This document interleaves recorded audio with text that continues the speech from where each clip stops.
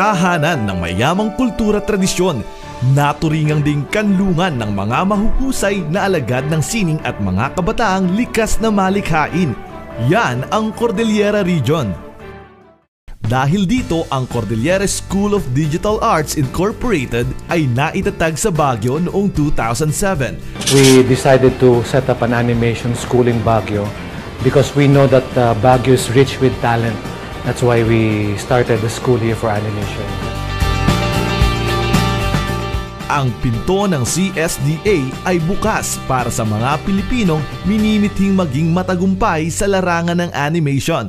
Yung biggest motivation is, yun nga, gusto kong I have the interest in the career, tapos kailangan talaga yung passion. And one thing is the patience. Kung kung nakita mo yung sarili mo at magaling ka na sa tingin mo, you have to improve more. Kasi hindi pwedeng tumigil lang tayo dun eh. Pagka walang formal education kasi, nagkakaroon ka ng limited opportunities. Binigyan kami ng opportunity dahil sa skill set namin saka sa training na binigay sa amin ng TESDA.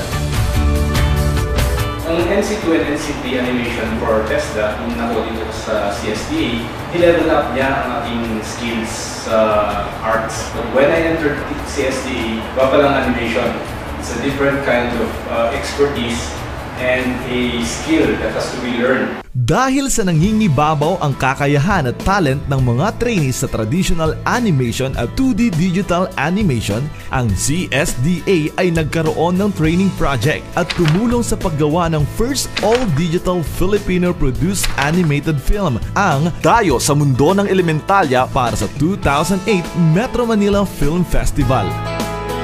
Naging finalist din ang entry ng CSDA na ay Apo Lakay, isang Cordilleran-inspired short animated film sa Animahinasyon 2010. Katuwang ang CSDA sa paglulunsad sa iba't ibang mahalagang hakbang tulad ng pag-integrate sa TechVoc Education sa K-12 at pinalawig na on-the-job training na inilulunsad ng One ASEAN Initiative. Malayo na ang narating ng teknolohiya sa aspeto ng sining. Ang Cordillera School of Digital Arts Incorporated ay patuloy pa ring naghahangad makatulong at mahubog ang mga Pilipino. Ito ang susi para mabigyan ng ating mga kababayan ng magandang kinabukasan at makilala pa ang Pilipinas sa ganitong larangan. Ito ang CSDA. Sa TESDA sumaya ang buhay namin. Buhay nyo'y sasaya rin sa TESDA.